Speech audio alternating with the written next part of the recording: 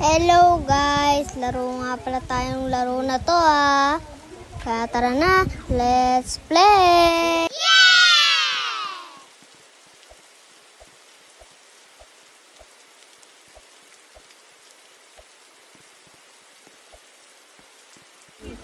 Yan, may babasahin nga pala tayo. Kaya tara na, tignan natin. Wait lang. What if di ka naman talaga niya mahal? Palipas oras ka lang.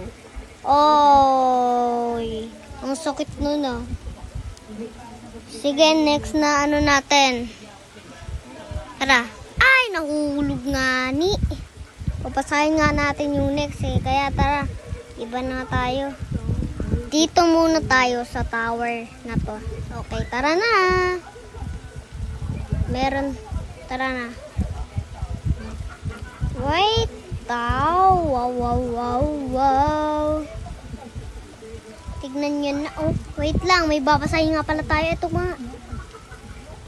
What if lahat ginawa mo pero hindi ikaw ang nakita niya?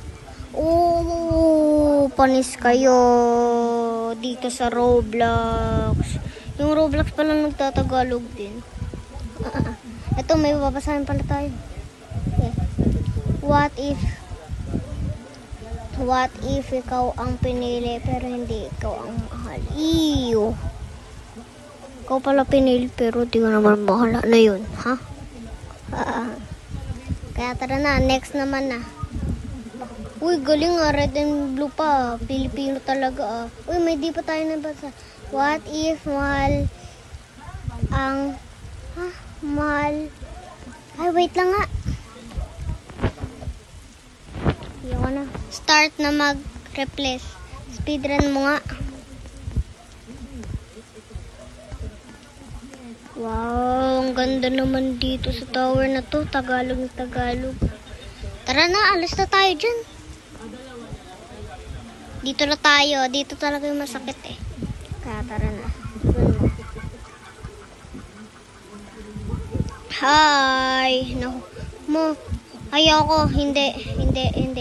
Sa tingin mo, miss mo siya. Miss ka niya. Tara na. Yan. Pero what if namimiss ka rin niya? Namimiss ka rin niya, pero ayaw ka na lang niya talagang balikan. Kasi natatakot siya baka maulit yung nangyari sa inyong dalawa. Natatakot siya na maranasan niya ulit kung ano man yung na-feel niya noon. Pero kung usapang miss lang naman, malay mo naman. Aray ko. Narinig niyo yun, guys.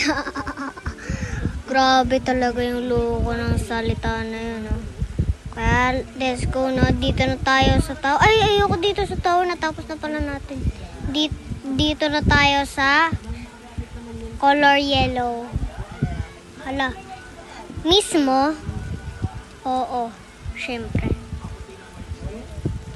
Aray! Uy! Mismo?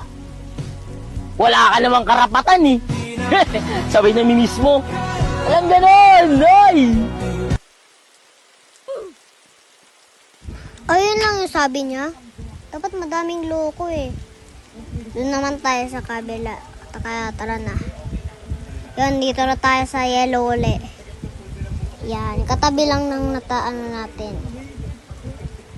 Yan, tara. What if nawala na siya ng gana sa'yo? Hahaha. Uy, ano ba yun?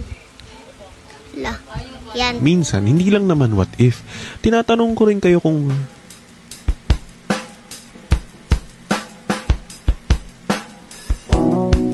Alam mo yung feeling na nawawalan na siya ng gana sa'yo? At alam mo yung feeling na yun kasi talagang ngayon nawawalan na siya ng gana sa'yo. Pero hindi mo maamin, di ba?